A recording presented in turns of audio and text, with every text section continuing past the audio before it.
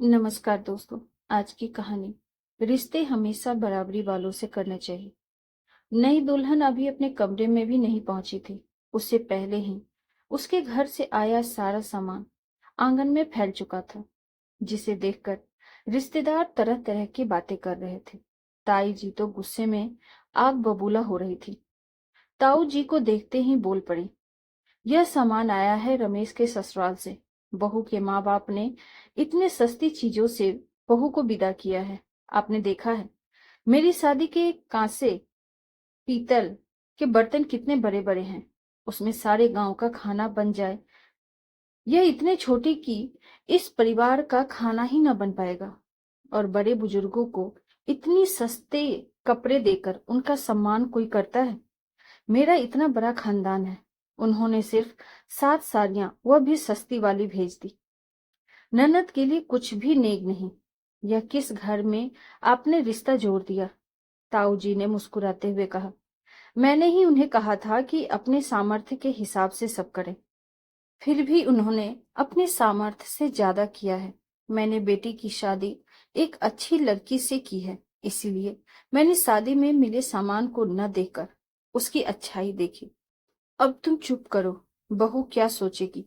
कहते हुए ताऊ जी बैठक की तरफ चले गए।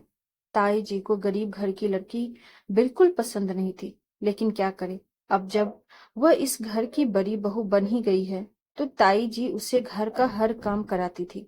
घर के साफ सफाई, चूल्हा चौकी, देवर ननद की देखभाल। पहले से लगे नौकर छुड़ा दिए, यह बोलकर कि अब हम सास बहू मिलकर सारा काम कर लेंगे। ताई जी काम के नाम पर सिर्फ पान की सुपारी तोड़ती, पान चबाती और अपने होठ लाल करते हुए मुंह बनाकर बड़की बहू, ओ बड़की बहू पुकारते हुए आदेश देती। बड़की बहू सुबह 4:30 बजे ससुर जी की चाय से आरंभ करते हुए रात को सासू माँ को दूध का गिलास देते हुए अपने दिन की समाप्ति करती। धीरे धीरे बड़ी बहू सबकी चहेती बन गई थी। अपनी हंसमुख कर्मठ स्वभाव से सभी का दिल उसने जीत लिया था। सास भी बड़की बहू की आदी हो चुकी थी, लेकिन मुंह से कभी तारीफ नहीं करती थी। एक दिन अचानक ताई जी अपनी विशाल पलंग से गिर गई, जिसके कारण उनकी कमर की हड्डी टूट चुकी थी। डॉक्टर साहब ने उन्हें बेड रेस्ट पे रहने को कहा। अब वह उठकर बाथरूम तक नहीं जा पा रही थी। बड़की बहू घर के सारे जिम्मेदारियों को करते हुए भी ताई जी की देखभाल कर रही थी। बड़े ही सेवा भाव से वह ताई जी के सारे दिनचर्या के काम करवाती थी।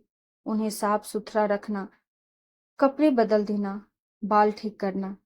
इस सेवा भाव को देखकर ताई मन ही मन रोती थी कि इस बच्ची को मैंने सामानों के साथ तोला, इसके लिए मैंने मन में इतने बैर रखे। मेरे से बहुत बड़ी गलती हुई, मैंने इसकी अच्छाई नहीं देखी, यह मेरी गलती है। ताई जी एक दिन बड़की बहू करके जोर से बुलाने लगी। क्या हुआ माँ जी? जरा पान की डिबिया देना और इधर बैठ। लेकिन माँ जी, मुझे तो बहुत सारे काम हैं, शाम के खाने का इंतजाम भी करना है। एक बार तू मेरे पास बैठ और 2 पान बना, एक मेरे लिए, एक तुम्हारे लिए। लेकिन माँ जी, मैं पान नहीं खाती।